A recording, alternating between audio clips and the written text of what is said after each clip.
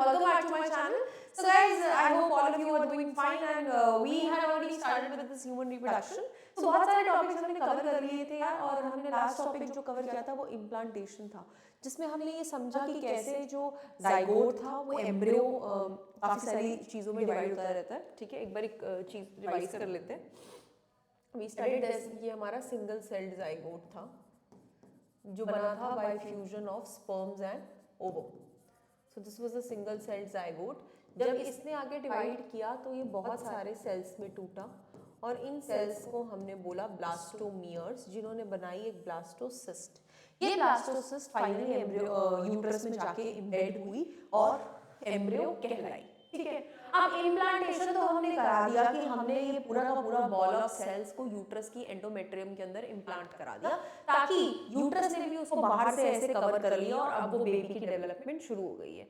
हम पढ़ेंगे उस डेवलपमेंट में क्या क्या होता है throughout the 9 months, how the pregnancy happens, कैसे फॉर्मेशन होता है छोटे बेबी का. We have to understand everything. Okay, so after implantation, जब इम्प्लांटेशन हो जाती है, finger like projections appear on the trophoblast called as chorionic villi.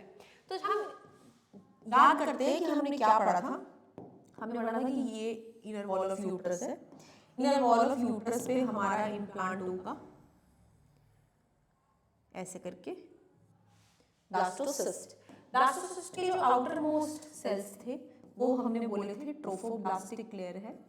ठीक है, और अंदर वाले सेल्स को हमने बोला था इनर सेल मास है, जो कि एम्ब्रियो कहलाएगा. करेक्ट, ऐसा कुछ ही हमने स्टडी किया था. तो अब वो कह रहे हैं कि फिंगर लाइक प्रोजेक्शंस अपीयर होंगे ट्रोफोब्लास्ट पे. तो कहीं ना कहीं यहाँ पे ट्रोफोब्लास्टिक लेयर पे we will see some finger like projections coming out. इन फिंगर लाइक प्रोजेक्शंस को क्या नाम दिया है? Chorionic villi. Okay, these are surrounded by uterine tissue and the maternal blood. अब obviously यहाँ पे क्या है साइड में? What is this? This is the uterine tissue. ये यूट्रस की वॉल है तो we will call it as uterine tissue.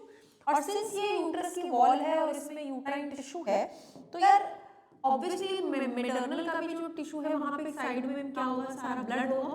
तो we are calling it as maternal blood. अब अगर मैं आगे बात करूं, the chorionic villi in the uterine tissue becomes interdigited with each other.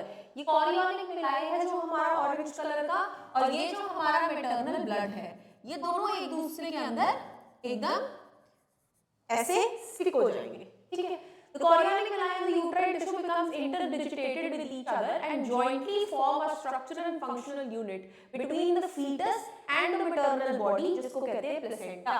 तो that means ये जो हमारा कोरियोनिक विलाई है ये यूट्राइन टिश्यू के साथ मिलकर एकदम कोलैबोरेटिवली इंटरडिजिटेट हो जाएगा, जो टुगेदर एक स्ट्रक्चरल एंड फंक्शनल यूनिट बनाएगा between embryo and the maternal body, जिसको हम क्या बोलेंगे? प्लेसेंटा.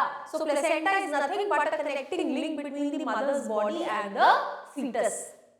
ठीक है, प्लेसेंटा का काम है to supply oxygen and nutrients to the embryo. Right, जितना भी मैटरनल ब्लड में न्यूट्रिएंट्स है, ठीक है, ऑक्सीजन है जो हमारी मदर की बॉडी से आ रहा है, वो सब प्लेसेंटा किसको देगा? हमारे ग्रोइंग एम्ब्रियो को. राइट, ऑल्सो जो कार्बन डाइऑक्साइड और वेस्ट मटेरियल हमारा प्रोड्यूस करेगा एम्ब्रियो, वो सब वापस जाएगा हमारे दूसरी तरफ मैटरनल ब्लड में. ठीक है, प्लेसेंटा एम्ब्रियो से कनेक्टेड है through an umbilical cord. Right, अब ये वाला सिचुएशन समझना बहुत जरूरी है. एक्चुअली क्या है, ये हमारा मैटरनल ब्लड है. ठीक है, मैटरनल ब्लड जो है उसने किसको सराउंड कर रखा है? Maternal blood along with the uterine tissue. ये दोनों चीजें एक साथ हैं. ठीक है, ये है मदर की साइड से स्ट्रक्चर. फीटस की साइड से स्ट्रक्चर क्या है? फीटस की साइड से स्ट्रक्चर है हमारा ट्रोफोब्लास्ट. ठीक है, trophoblast with chorionic villi. With chorionic villi. ठीक है, ये हमारा फीटस के साथ स्ट्रक्चर है. अब जो मैटरनल ब्लड और फीटस का स्ट्रक्चर है उनके बीच में एक कनेक्शन होगा जिसको हम क्या बोलेंगे? प्लेसेंटा. हमने बोला इन दोनों के बीच में एक कनेक्शन है जिसे हमने कहा प्लेसेंटा. प्लेसेंटा इधर से चीजें लेता है, इधर देता है, और फीटस से चीजें लेकर उधर देता है. एक काम है प्लेसेंटा का. अब आगे वो बोल रहे हैं कि प्लेसेंटा एम्ब्रियो को कनेक्टेड है थ्रू अम्बिलिकल कॉर्ड. मतलब यहाँ पे बीच में एक और स्ट्रक्चर आता है अम्बिलिकल कॉर्ड, प्लेसेंटा भी फीटस से डायरेक्टली कनेक्टेड नहीं है, एक पतली सी ट्यूब अम्बिलिकल कॉर्ड बीच में अटैच होती है, ठीक है जी, समझ गए, which will help in the transport of substances to and from the embryo, जो ट्रांसपोर्ट और सब्सटेंसेस को हेल्प करेगी एम्ब्रियो के अंदर बाहर, ग्रेट, ठीक है।